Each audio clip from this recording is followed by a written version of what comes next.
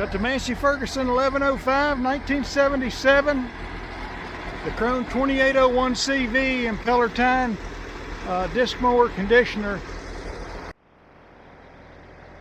Well, I'm on the farm today. We've got, I think, a temporary reprieve from the rain that we had that came after the months-long drought. I need to be cutting this hay. Oh, we got 2 days of sunshine and then a couple of days of partly cloudy skies with maybe a slight chance of rain the last 2 days. But I don't deal with this first cut hay. It's going to go way past mature and everything's going to turn brown. I'm only going to cut this half of this field because if everything turns to mush or I got a breakdown, I haven't put everything at risk. And beyond that, I'm an army of one, so it's nice to break this field up in particular. So let me get going and I'll come back. But the bottom line is we must make hay.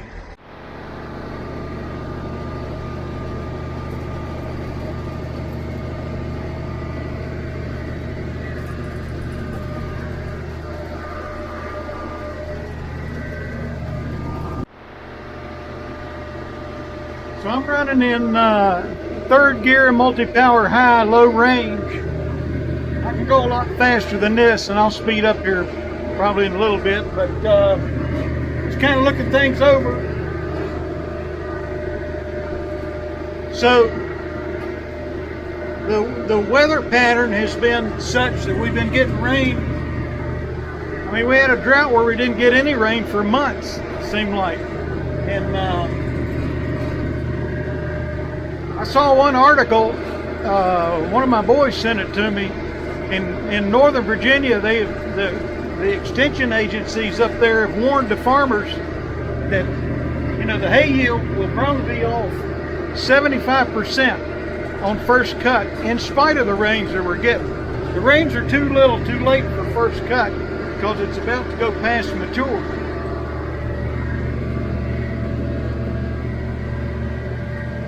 So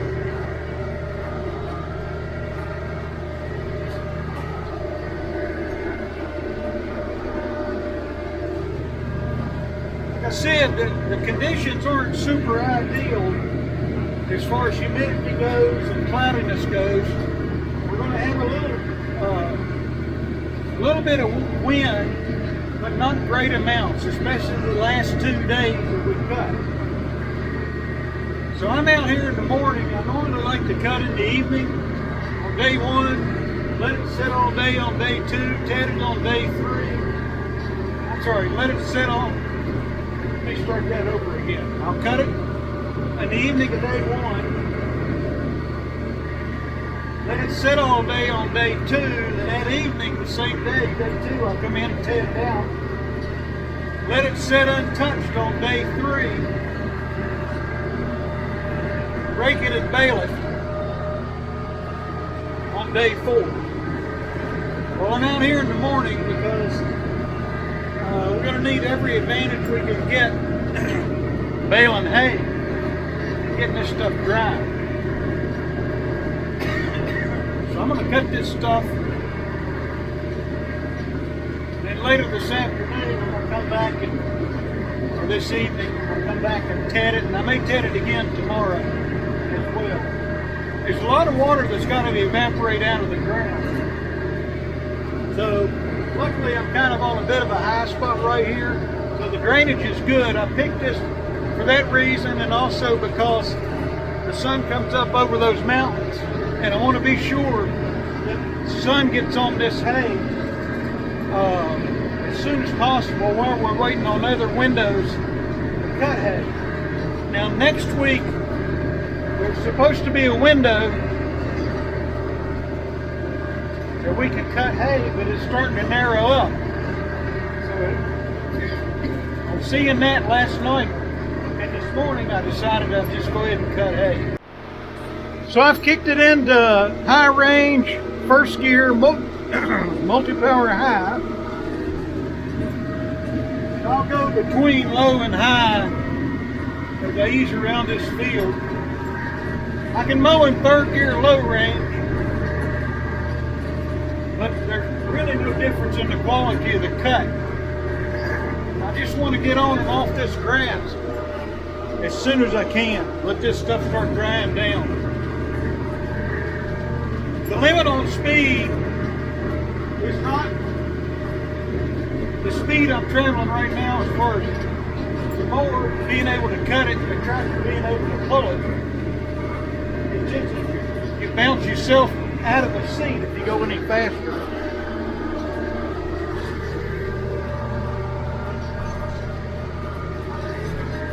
Now this is a 1977 Massey Ferguson 1105.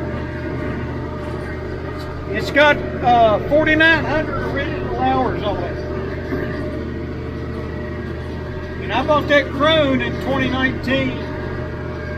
It's been a really good mower. I bought this tractor in 2019 too. And it's got impeller tines for the conditioner. And for grass hay, it's just ideal. And so, see a ground hole right there, so I'll knock it down into multi-power low to slow it down just a tick. This mower's got a gear head swivel on it, so I can make really tight turns. I can speed back up. But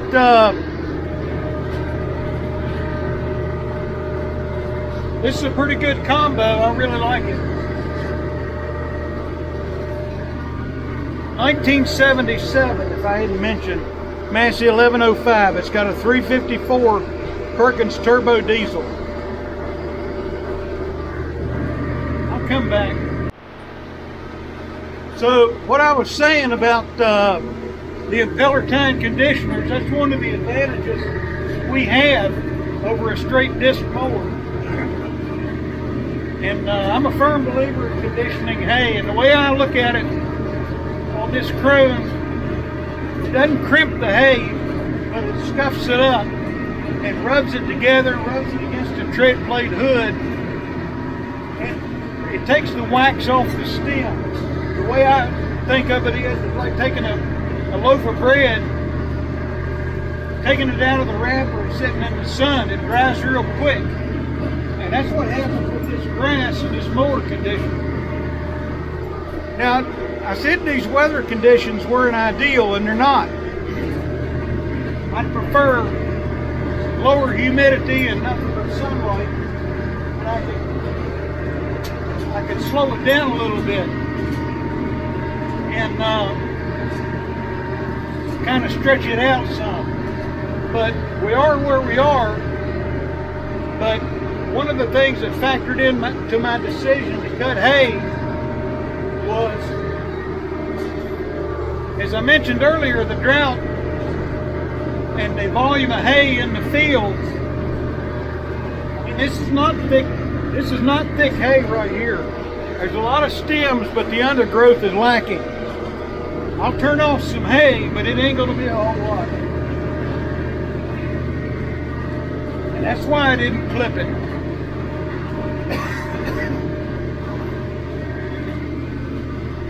I felt like I needed the stems to get a few more bales.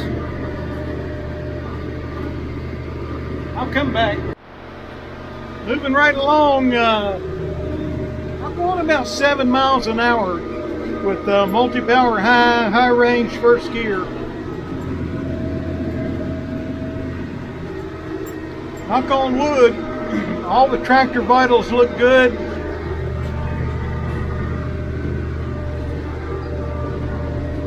Krone doesn't seem to be giving me any problems. Knock on wood. Some places are pretty thin. Some places are thicker than others, but the drought has definitely had an impact on the amount of hay that's in this field. But it's good to go ahead and get it cut before it goes over ripe, and it's good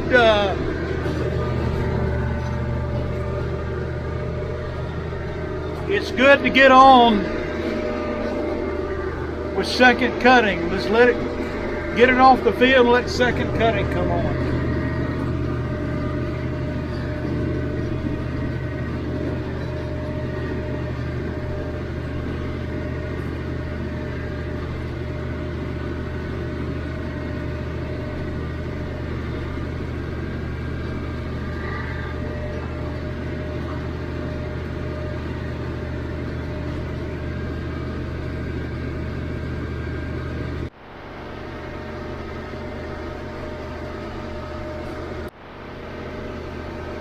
Now, as far as I know, I'm the first one up and down the road here to be cutting any hay. And it's kind of funny because we all are probably looking at it, each other's hay fields, and I know I am. And so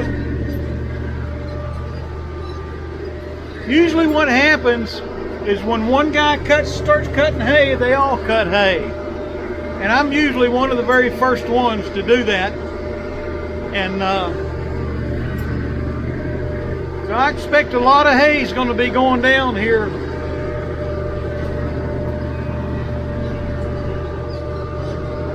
Because somebody sees that somebody cut some hay, but also you need to be getting your first cutting off the field. You don't need to be letting it, go to seed, turn brown, and you cut so late you don't get any second cutting. So anyway, it'll be interesting to see over the next few days and then the next week. I think there's going to be a lot of people cutting hay. I'm trying to keep an eye out for fawn deer. The does are starting to have their babies, their fawns. I've seen one of them on this farm so far, and it actually looked a little bigger than what I expected, but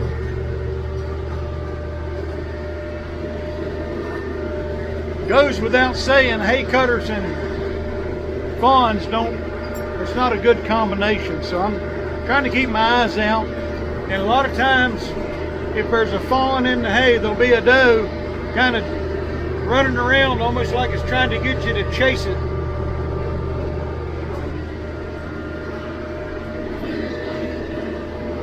I saw one place where it looked like something had bedded down, and that was probably a fawn. But